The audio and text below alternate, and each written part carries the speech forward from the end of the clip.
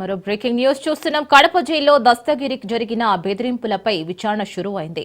విచారణ అధికారి రాహుల్ శ్రీరామ ఎదుట దస్తగిరి హాజరయ్యాడు. వివేక హత్య కేసు అప్రూవర్ దస్తగిరని జైల్లో బెదిరింపులకు గురి చేసిన ఘటనపై ఎంక్వైరీని వేగవంతం చేశారు.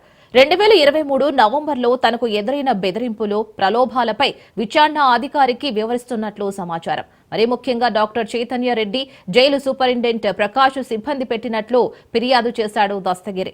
ఇందులో భాగంగా కాసేపట్లో జైలు వార్డెన్స్ సిబ్బందిని విచారించనున్నారు అధికారి. 2 రోజుల పాటు విచారణ కొనసాగించనున్నారు. ఇక దస్తగిరి ఫిర్యాదుతో 4గురిపై కేసు నమోదు చేశారు పోలీసులు.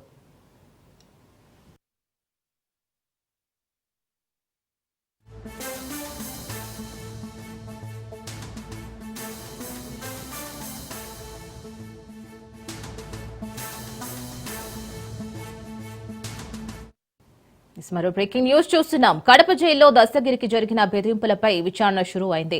విచారణ అధికారి రాహుల్ శ్రీరామ ఎదుట దస్తగిరి హాజరయ్యాడు. వివేక హత్య కేసు అప్రూవర్ దస్తగిరని జైల్లో బెదిరింపులకు గురి చేసిన ఘటనపై ఎంక్వైరీని వేగవంతం చేశారు. 2023 నవంబర్లో తనకు ఎదురైన బెదిరింపులు, ప్రలోభాలపై విచారణ అధికారికి వివరించనున్నట్లు సమాచారం. ముఖ్యంగా doctor Chaitanya Reddy, jail superintendent Prakash సిబ్బంది పెట్టినట్లు ఫిర్యాదు చేశాడు దస్తగిరి. మరి ఇందులో భాగంగా కాసేపట్లో జైలు వార్డెన్ సిబ్బందిని విచారించనున్నారు అధికారులు. మరి 2 రోజుల పాటు విచారణ అయితే కొనసాగించనున్నారు. ఇక దీని మీద మరిన్ని అప్డేట్స్ సుదర్శన్ అందిస్తారు.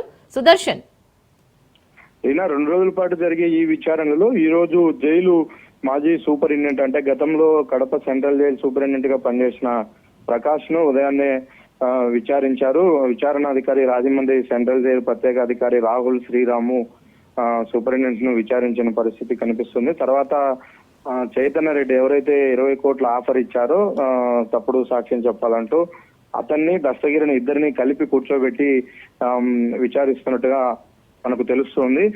ఇప్పుడు వీళ్ళిద్దరిని కలిపి విచారిస్తున్నారు. ప్రస్తుతం ఆ విచారణ కడప సెంట్రల్ జైలు కేంద్రంగా జరుగుతూ ఉంది. రేపు ఎవరైతే దస్తగిరి పైన గతంలో కేసు కట్టారో డిఎస్పీ నాగరాజు, సిఐ ఈశ్వరయ్యలు రేపు విచారణకు హాజరయ్యే అవకాశం ఉంది. ఓవరాల్ గా ఇది 2 రోజులు విచారణ అయిపోయిన తర్వాత ప్రభుత్వానికి ఇచ్చే నివేదికను బట్టి, పోలీసు ఉన్నతాధికారులకు ఇచ్చే నివేదికను బట్టి తర్వాత ఈ కేసులో స్టెప్ తీసుకునే అవకాశం ఉంది. కాకపోతే ఇప్పుడు దేవిరెడ్డి చైతన్య రెడ్డిని ఇప్పటికే పోలీసులు అదుపులోకి తీసుకున్నారు. అంటే అతని అరెస్ట్ చేసినట్టుగా మనకు సమాచారం అందుతుంది, కానీ ఎక్కడ ధృవీకరించలేదు. ఈ రోజు విచారణ అయితే సాగుతుంది. విచారణ తర్వాత అతను బయటకు వెళ్ళిపోతాడా, లేకుంటే అటు నుంచి అటే జైలుకు తరలిస్తారా అన్నదైతే ఇంకా క్లారిటీ రావట్లేదు. సాయంత్రం వరకు కూడా ఈ విచారణ సాగే అవకాశం ఉంది. ఇంకోటి, జైల్లో ఆ సంఘటన జరిగినప్పుడు ఎలా జరిగింది ఏంటి అనేది కొంత అక్కడ గ్రౌండ్ లో కూడా పరిశీలించే అవకాశం ఉంది.